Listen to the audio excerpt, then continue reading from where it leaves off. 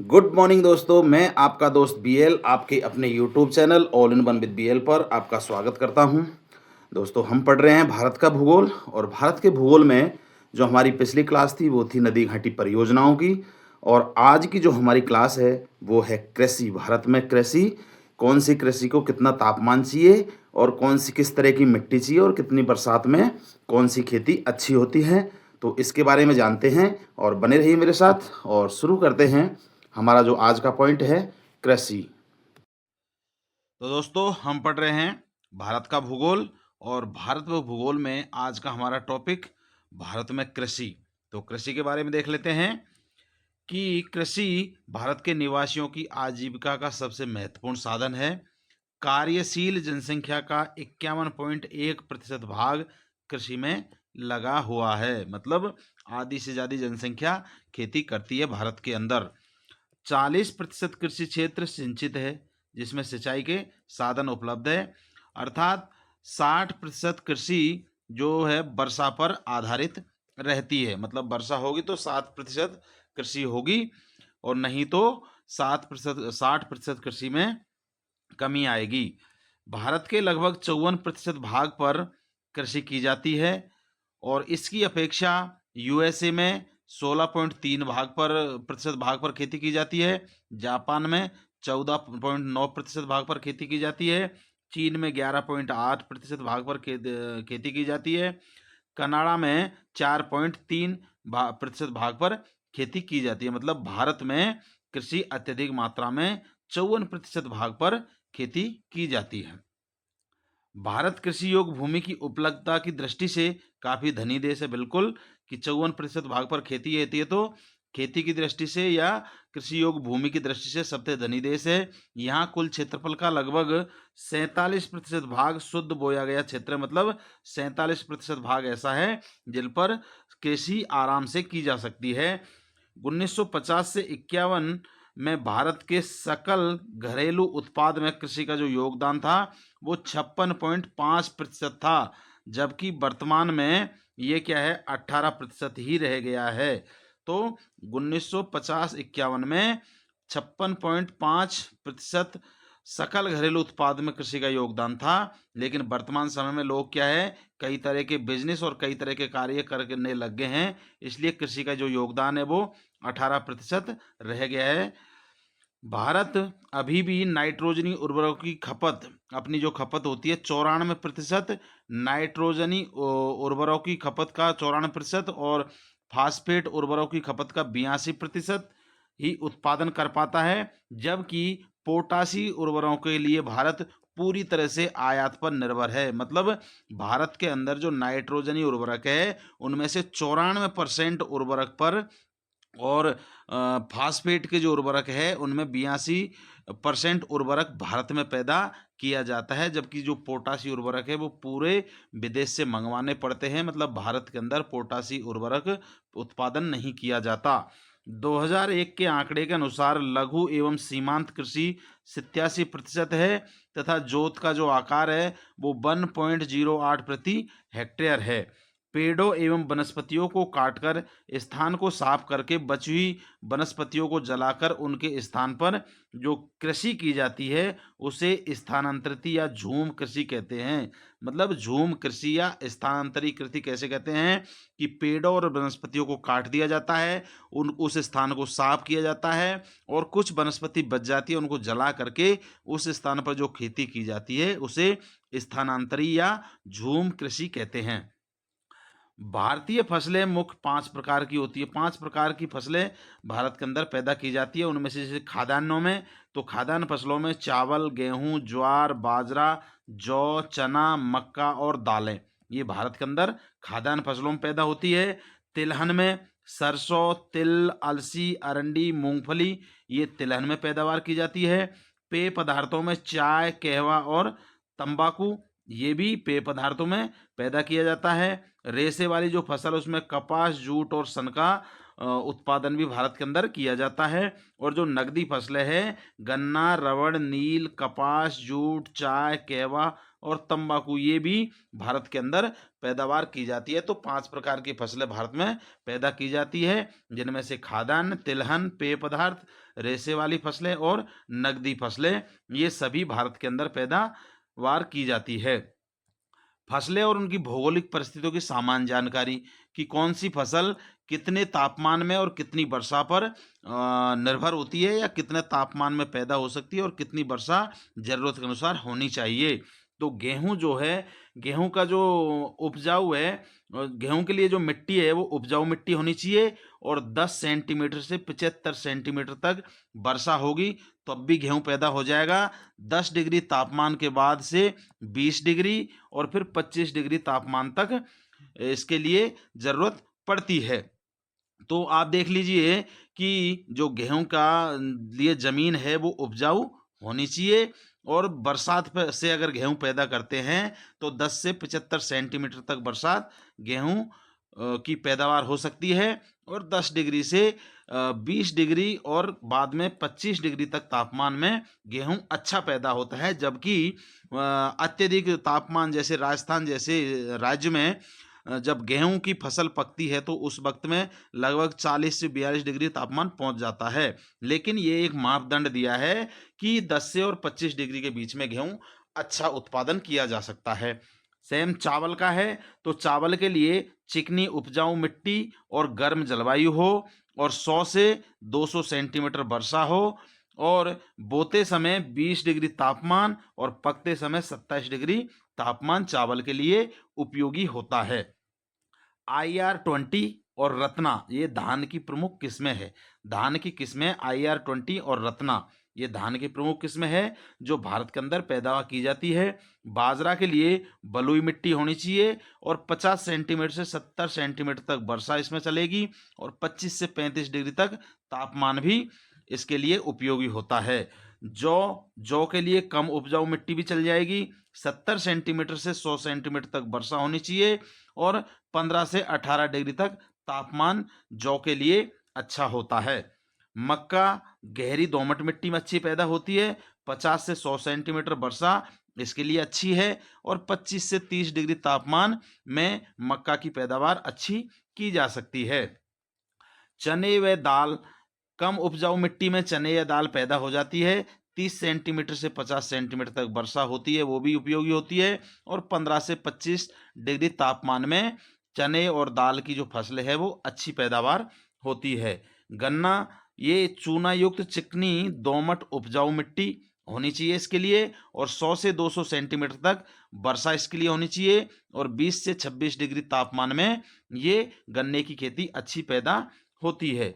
कपास, काली मिट्टी इसके लिए होनी चाहिए कपास के लिए, और 20 से 40 सेंटीमीटर तापमान होना चाहिए, और 50 से 100 डिग्री 20 से सेंटीमीटर ये बरसात है, 20 से सेंटीमीटर बरसात, 20 से 40 सेंटीमीटर बरसात होनी चाहिए, और 50 से 100 सेंटीमीटर तापमान, ये थोड़ा सा टाइपिंग मिस्टेक हुआ है। काली मिट्टी के लिए 20 से 40 सेंटीमीटर, सेंटीमीटर नहीं है ये, डिग्री है, तो 20 से 40 डिग्री तापमान और 50 से 100 सेंटीमीटर वर्षा, ये थोड़ा टाइपिंग मिस्टेक हो गया है, सॉरी इसके लिए, होनी चाहिए। और तिलहन के लिए, तिलहन कहाँ कहाँ है? गुजरात, मध्य प्रदेश, राजस्थान, महाराष्ट्र, बिहार, उड़ीसा, उत्तर प्रदेश, पश्चिम बंगाल, और ये राज्य इसके मुख्य उत्पादक राज्य है तिलहन के।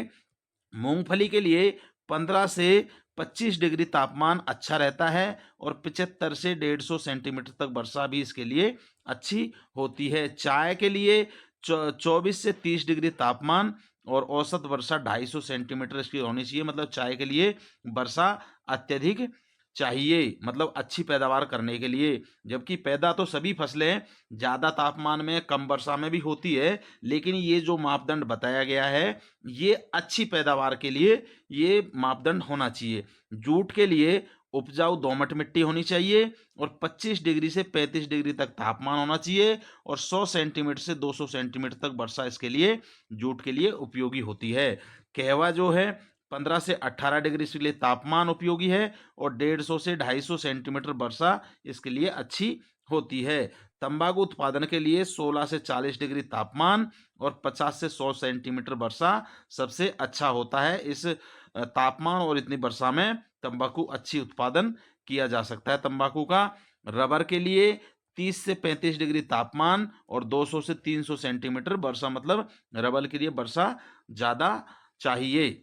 मसाले, काली मिर्च केरल तथा तमिलनाडु में ज़्यादा होती है। लाल मिर्च आंध्र प्रदेश, कर्नाटक, तमिलनाडु, महाराष्ट्र और बिहार के अंदर पैदा की जाती है। और छोटी मिर्च जो है केरल, कर्नाटक, तमिलनाडु में होती है। और लौंग जो है तमिलनाडु व केरल में उत्पादन की जाती है। हल्दी के लिए आंध्र प्रदेश, उड़ीसा, तमिलनाडु और महाराष्ट्र यहाँ पर अत्यधिक पैदा की जाती है। सुपारी के लिए कर्नाटक, केरल, असम, पश्चिम बंगाल के में भी इसका उत्पादन अच्छा किया जाता है। आलू के लिए 50 से 80 डिग्री तापमान, 50 से 80 डिग्री तापमान नहीं, ये 50 से 80 सेंटीमीटर बरसात है। और उत्तर प्रदेश, बंगाल, बिहार इसके प्रमुख उत्पादक क्षेत्र है। नारियल के लिए 20 से 25 डिग्री तापमान और 150 सेंटीमीटर से अधिक इसके लिए वर्षा होनी चाहिए। काजू केरल, आंध्र प्रदेश, महाराष्ट्र, गोवा ये इसके प्रमुख उत्पादक राज्य है। और सिनकोना जो है तमिलनाडु और पश्चिम बंगाल में ज़्यादा उत्पादन किए जाते हैं। तो दोस्तों, ये जो फसलों के लिए कितना तापमान और कितनी वर्षा होनी चाहिए, इसमें अच्छी पैदावार की जा सकती है। वर्षा कम होगी या इससे ज़्यादा होगी तब भी फसल पैदा हो जाएगी, और तापमान कम रहेगा या इससे ज़्यादा बढ़ता है तब भी फसलें पैदा होती है। लेकिन अच्छी फसल पैदा करने के लिए ये मापदंड दिए गए हैं। सन के लिए 15 से 25 डिग्री तापमान और 50 सेंटीमीटर तक वर्षा से भी अच्छी पैदावार हो जाती है। और रेशम जो है कर्नाटक, कश्मीर, असम, पश्चिम बंगाल इसके प्रमुख उत्पादक राज्य है। अब ये फसलों का मापदंड था। और इसके बाद में देखते हैं इंद्रधनुषी क्रांति क्या है। फसलों में फसल या कृषि क्षेत्र में जो इंद्रधनुषी क्रांति है उसके बारे में थोड़ा देख लेते हैं।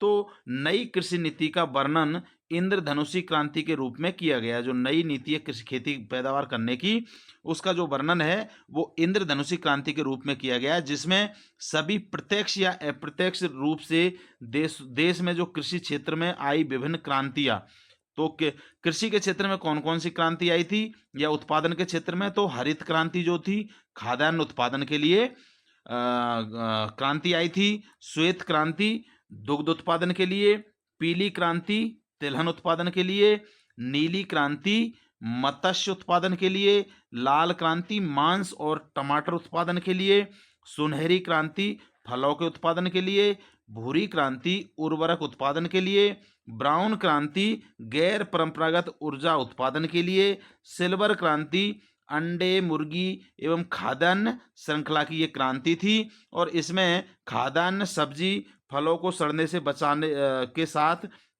के साथ लेकर चलना होगा, इसी को इंद्रधनुषी क्रांति कहा गया था। तो दोस्तों, जो कृषि और उत्पादन के क्षेत्र में जो एक क्रांति आई थी उसको अलग अलग नाम दिया गया था। तो जैसे हरित क्रांति खाद्यान्न के लिए, श्वेत क्रांति दूध उत्पादन के लिए, पीली क्रांति तिलहन उत्पादन के लिए, नीली क्रांति मत्स्य उत्पादन के लिए, लाल क्रांति मांस और टमाटर उत्पादन के लिए, सुनहरी क्रांति फलों के उत्पादन के लिए, भूरी क्रांति उर्वरक उत्पादन के लिए, ब्राउन क्रांति गैर परंपरागत ऊर्जा उत्पादन के लिए, और सिल्वर क्रांति अंडे, मुर्गी या खाद्यान्न श्रृंखला की क्रांति थी। तो ये सभी को मिलाकर के जो भारतीय उत्पादन के क्षेत्र में ये इंद्रधनुषीय क्रांति, इन सभी क्रांतियों को कहा जाता है। अब इसके बाद में कृषि के जो प्रमुख संस्थान है, तो कृषि से संबंधित कौन कौन से संस्थान है और वो कहाँ कहाँ पर स्थित है, तो देख लेते हैं कि कृषि संस्थान क्या है। राष्ट्रीय मत्स्य उद्योग उत्पादन बोर्ड, ये जो राष्ट्रीय मत्स्य उद्योग विकास बोर्ड है वो हैदराबाद में स्थित है। राष्ट्रीय चावल शोध संस्थान है वो कटक में है, उड़ीसा में। भारत डेयरी निगम एवं राष्ट्रीय डेयरी विकास बोर्ड वो आनंद में है। और भारतीय डेयरी अनुसंधान संस्थान करनाल हरियाणा में है। भारतीय गन्ना प्रजनन संस्थान कोयम्बटूर तमिलनाडु में है। और केंद्रीय कॉफी अनुसंधान संस्थान कुर्ग में है, ये साउथ में। ये भी जूट कृषि अनुसंधान संस्थान बैरकपुर में है। और चौधरी चरण सिंह राष्ट्रीय कृषि विपणन संस्थान जो है जयपुर में है। और केंद्रीय चारा बीज उत्पादन फार्म ये हैसरघट्टा में है। और विवेकानंद पर्वतीय कृषि अनुसंधानशाला अल्मोड़ा उत्तराखंड में ये स्थित है। इसके बाद में केंद्रीय कृषि अनुसंधान संस्थान वो पोर्ट ब्लेयर में है। और लघु किसान कृषि व्यापार संघ नई दिल्ली के अंदर है। राष्ट्रीय जैव उर्वरक विकास केंद्र ये गाजियाबाद में है। राष्ट्रीय पटसन एवं संबंधित रेशे अनुसंधान संस्थान वो कोलकाता में है। और भारतीय प्राकृतिक रेंजिस व गम संस्थान ये भी कोलकाता में है। और काफी अनुसंधान केंद्र चिकमंगलुरु में स्थित है। तो ये उत्पादन के क्षेत्र में कुछ संस्थान थे जिनके बारे में हमने जाना। और इन संस्थानों के साथ साथ में थोड़ा सा हम देख लेते हैं पशुपालन से संबंधित कि देश के अंदर पशु संपदा जो है वो कितनी है और कितनी वृद्धि हुई है और कितनी कम हुई है। तो पशुपालन के बारे में देख लें तो 20वीं पशुधन गणना के अनुसार देश के कुल पशुधन में 4.6% की वृद्धि हुई है। मतलब 20वीं जो पशु गणना हुई थी उससे और अभी तक 4.6% की वृद्धि हुई है। 2012 के पशुधन 2012 में जो गणना हुई थी, ये 20वीं गणना 2012 में, उसमें जो पशुधन थे वो 51 करोड़ 20 लाख था, जबकि 2019 में पशुधन 53 करोड़ 57 लाख हो गए थे। तो 2012 की पशुधन गणना के अनुसार 51 करोड़ 20 लाख पशु थे, जबकि 2019 में 53 करोड़ 57 लाख पशुधन हो गया था। मतलब पशुधन की संख्या बढ़ गई थी। कुल पशुओं में 35.94% मवेशी, 27.80% बकरी, 20.45% भैंस, 13.87% भेड़, 1.69% सुअर थे। देश में मवेशियों की संख्या वर्ष 2019 में 192.49 मिलियन थी, जो वर्ष 2012 की जो पशु गणना हुई थी उसकी तुलना में 0.83% अधिक हो गई थी। मतलब 2012 की पशु गणना के अनुसार 2019 में जो पशु गणना हुई थी उसमें मवेशियों या पशुओं की संख्या बढ़ी थी। देश में गाय की कुल संख्या जो 20वीं पशु गणना के अनुसार 1.12 मिलियन थी। और भैंस की कुल संख्या जो थी 109.85 मिलियन थी। तो गाय की जो संख्या थी 145.12 मिलियन थी और भैंस की जो संख्या थी वो 109.85 मिलियन थी। उसके बाद में 12वीं पशु गणना के अनुसार भेड़ों की कुल संख्या जो है 74.26 मिलियन थी, बकरियों की संख्या थी 148.81 मिलियन और सुअरों की संख्या थी 9.05 मिलियन। ये 20वीं पशु गणना के अनुसार थी। भैंसों पर अनुसंधान के लिए हरियाणा के हिसार में केंद्रीय अनुसंधान संस्थान की स्थापना की थी। तो भैंसों के लिए केंद्रीय अनुसंधान संस्थान कहाँ खोला गया था? वो खोला गया था हरियाणा के हिसार जिले में।